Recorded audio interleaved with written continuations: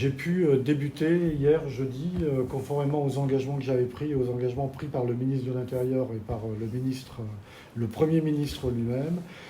J'ai pu débuter le démantèlement du camp.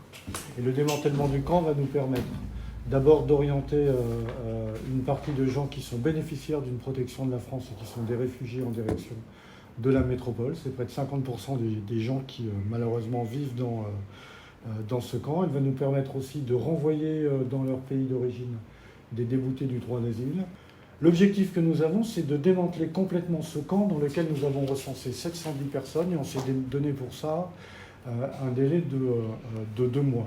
Dans ce cadre, l'État a tenu ses engagements et est parti sur le démantèlement du camp et obtiendra le démantèlement complet.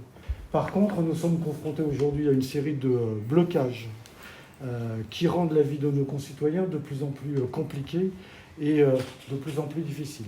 Déjà, sur certains barrages, on voit se rassembler un certain nombre de délinquants et j'ai dû, les jours passés, demander à la police et à la gendarmerie d'intervenir, alors avec toujours beaucoup de modération face aux revendications des collectifs mahorais, mais sans concession quand la situation devient violente. Et donc on a interpellé des jeunes avec des barres de fer qui tournaient autour des barrages. De la même façon, il est inacceptable aujourd'hui que vis-à-vis de gens qui sont protégés par la France parce que persécutés politiques dans leur pays, nous soyons confrontés de la part d'un certain nombre de gens à des menaces physiques ou verbales qui mettent en péril à la fois la vie et la santé des gens que la France a décidé de protéger, qu'elle a décidé d'accompagner en métropole, conformément à l'engagement de protection qu'elle a pris. Et puis, on voit apparaître des barrages qui n'ont aucun sens. Je pense à ce qui s'est passé hier dans le nord de Mayotte, où on a vu des habitants se mobiliser pour interdire l'accès d'une barge de la Marine nationale comportant des soldats de l'armée française, des légionnaires du DLEM, qui sont aujourd'hui soit sur les frontières pour protéger celle-ci et lutter contre l'immigration clandestine, soit pour distribuer de l'eau dans le cadre de la crise de l'eau que nous connaissons. On commence à toucher aux limites du fantasme et de la rumeur sur lesquelles il me semble important de mettre fin rapidement. Surtout, je voudrais vous dire qu'au-delà de ces réactions irrationnelles, la population de l'île va être mise en danger par ces blocages. On a déjà des difficultés, elles étaient importantes avant, elles le sont encore plus aujourd'hui à l'hôpital, où un certain nombre de personnels ne peuvent rejoindre le CHM. La totalité des services sont aujourd'hui en situation de service minimum et les transports en ambulance entre les sites de l'hôpital sont limités. Les approvisionnements en médicaments et en matériels médicaux sont limités à partir du port de Longoni. On a un tiers des médicaments seulement qui sont parvenus dans les pharmacies. On a une partie des équipements médicaux qui ne parviennent pas aux établissements de santé. On voit des difficultés similaires sur le centre de dialyse avec une mise en danger des gens qui ont besoin de cette thérapie. On a constaté des arrêts de soins et en particulier des arrêts de chimiothérapie qui mettent directement en danger la vie des patients. Les soins à domicile apportés par les infirmiers libéraux sont aussi impactés avec des pertes de chances de vie malheureusement qui sont importantes et le service d'hospitalisation à domicile qui est un complément important parce qu'il permet d'équilibrer l'hôpital, est en difficulté, faute d'accès pour les véhicules du service d'hospitalisation à domicile, au domicile de ces patients et faute de soins. De la même façon, la situation est difficile pour les transports sanitaires privés, qui parfois sont bloqués, sont parfois fouillés au nom des fantasmes dont je parlais tout à l'heure, comme si les véhicules du SMUR, des pompiers ou les ambulanciers étaient mandatés par l'État pour transporter des immigrants clandestins. On marche sur la tête dans ce domaine et je tenais vraiment à y lire. Évidemment, au-delà de la santé, nos concitoyens sont aussi pénalisés d'abord sur le plan de l'eau, qui est un aspect important. On a surmonté la crise de l'eau aujourd'hui grâce aux distributions. Malgré tout, on a de l'eau qu'un jour sur deux. On a vu que la remise en eau est rendue difficile par les blocages auxquels nous sommes confrontés, que la distribution de l'eau potable, en particulier pour les plus vulnérables, les femmes, les mères de jeunes enfants, les femmes enceintes, les personnes malades, est remise en question alors qu'elle fonctionnait parfaitement depuis plusieurs mois par ces blocages. On a aussi de lourdes conséquences sur le fonctionnement de l'île, tant pour l'économie et le développement des entreprises que pour les services publics.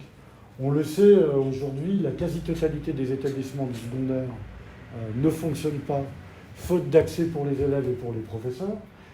On connaît tous le risque et le danger de laisser les enfants à la rue dans ces conditions-là. La situation est grave. Je vais rencontrer cet après-midi, du moins je l'espère, les collectifs pour parler de cette situation avec eux. On les a rencontrés plusieurs fois depuis le début de la crise et ils sont associés et prévenus et accompagnés sur l'ensemble des mesures que nous mettons en œuvre pour être bien compris. Et donc je leur demanderai cet après-midi de trouver une solution rapide et de mettre fin à cette situation qui est catastrophique pour l'île. J'ai beaucoup d'appels, j'ai beaucoup de contacts avec la population et j'ai une majorité des gens qui m'appellent en disant, tout en soutenant la lutte contre l'immigration clandestine et la lutte contre la délinquance, Monsieur le préfet, on vous demande de mettre fin à la situation de blocage que nous connaissons. Et comme la grande majorité de la population, je ne souhaite pas que les blocages perdurent. Je pense qu'il faut se rappeler les conséquences dramatiques de ce qui s'est passé sur les blocages précédents, dans lesquels nous avons eu des effondrements de l'économie et des effondrements de l'emploi. Je le dis avec beaucoup de solennité. Aujourd'hui, l'État a entendu ce que disent les Mahorais sur l'immigration africaine, sur le démantèlement du camp, sur la lutte contre l'immigration clandestine et sur les problématiques de sécurité. Je ne reviendrai pas sur ce que nous avons fait avec Wambouchou, sur le maintien de 6 escadrons dans l'île. J'ai eu l'occasion d'écrire au maire de ce département pour rappeler les actions que menait l'État dans ce domaine, sous l'impulsion du ministre qui attache une importance particulière à Mayotte et qui était avec moi en visioconférence, qui m'a demandé une visioconférence hier pour traiter de ces sujets. Nous sommes engagés, complètement engagés sur ces sujets. Mais nous avons besoin que l'île redémarre. J'appelle avec beaucoup de solennité, beaucoup de gravité au redémarrage de l'économie et au fonctionnement de l'île. Il faut lever les barrages très vite, dans les plus brefs délais et dès demain. Il faut, fort des engagements déjà pris par l'État, que chacun prenne ses responsabilités et que nous remettions cette île en route. C'est la volonté d'une grande majorité de Mahorais qui, une nouvelle fois, se souviennent des conséquences des blocages et ne veulent pas que ça recommence.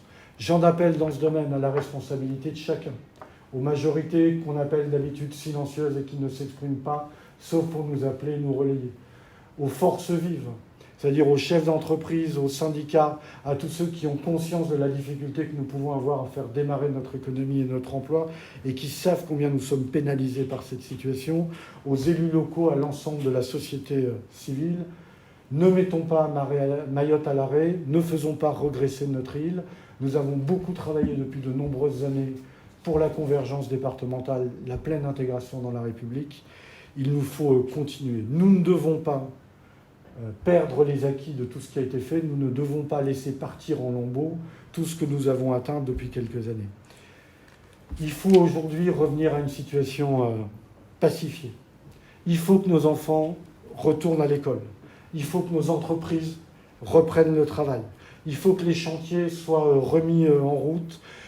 Il faut nous donner les moyens de faire couler de l'eau au robinet comme je m'y suis engagé dans les semaines qui viennent, 2 jours sur 3, puis mettre fin aux restrictions d'eau.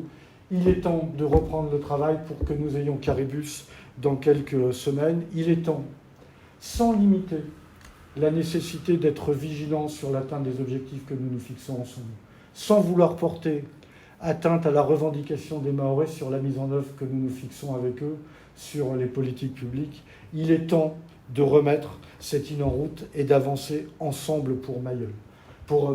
Il est temps, aujourd'hui, de permettre l'accès aux soins et aux médicaments à nos concitoyens, que nos enfants retournent à l'école, que les travailleurs ne perdent pas leur emploi.